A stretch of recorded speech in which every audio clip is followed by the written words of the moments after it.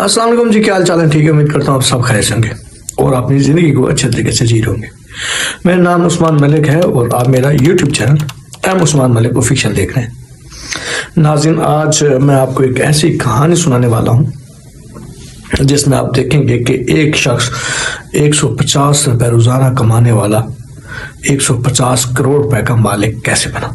ये स्टोरी आज मैं आप लोगों के साथ शेयर करने वाला हूँ। कहीं मत जाइएगा, वीडियो को एंड तक देखिए और अगर आपको वीडियो पसंद आती है तो प्लीज चैनल को सब्सक्राइब भी कर दें। शुक्रिया। ये स्टोरी है एक इंडियन अदाकार संजय मिश्रा की, जो इंडिया के काफी मशहूर अदाकार हैं। संजय मिश्रा जो कभी 150 रुपए एक दिहाड़ी के कमाते थे, आज करोड़ों की जायदाद के मालिक कैसे बने। संजय मिश्रा ने अपनी पहली फिल्म और डार्लिंग ये है इंडिया से आगाज किया, जिसमें शाहरुख खान ने भी काम किया था। संजय मिश्रा को अपनी पहचान बनाने के लिए तकरीबन 24 साल मुसलसल जदोजहद करनी पड़ी, लेकिन उसकी असली पहचान उसके मज़ाहिया किरदार बने।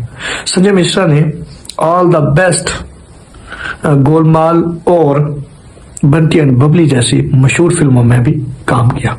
संजय मिश्रा की जिंदगी में एक दिन ऐसा भी आया जब उनके वालिद का इंतकाल हो गया। उसके वालिद के इंतकाल के बाद संजय मिश्रा शदीद अलील पड़ गए। उसके पेट से एक शूटिंग के दौरान तकरीबन 15 लीटर पीप निकाली गई। उसके बाद वो सब कुछ छोड़ छाड़ के ऋषिकेश वापस आ गए और एक ढाबे पर 150 रुपए दिहाड़ी पे काम करने लगे। और इधर फिल्म साज रोहित शेट्टी संजय मिश्रा को पागलों की तरह ढूंढ रहे थे।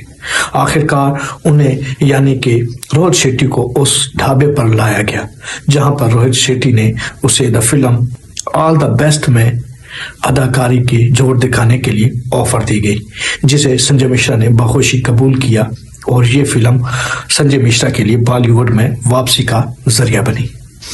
आजकल संजय मिश्रा के पास मुंबई और पटना में घर है, जबकि उनकी कुल मालियत तकरीबन 150 करोड़ रुपए है। उनके पास फॉर्च्यूनर्स और BMW जैसी महंगी गाड़ियां भी हैं। 2024 में संजय मिश्रा ने लोनावाला के गांव तिस्कारी में एक ऑर्गेनिक फार्म हाउस और शिवा मंदिर तमीर किया। यह मंदिर 2 संतों की 41 साल पुरानी पेशगोई को पूरा करता है। फार्म हाउस सियाहों को सरात का तजर्बा करने का मौका फराहम करता है और संजय मिश्रा खुद भी यहाँ सुकून हासिल करने के लिए कभी कभार आते रहते हैं। जी हाँ नाज़रीन, ये स्टोरी सुनने के बाद हम एक नतीजे पर पहुंचे हैं और वो नतीजा ये है कि इंसान अगर अपने मुसम्मम इरादे से किसी काम पे लगा रहे तो आखिरकार वो कामयाब हो ही जाता है।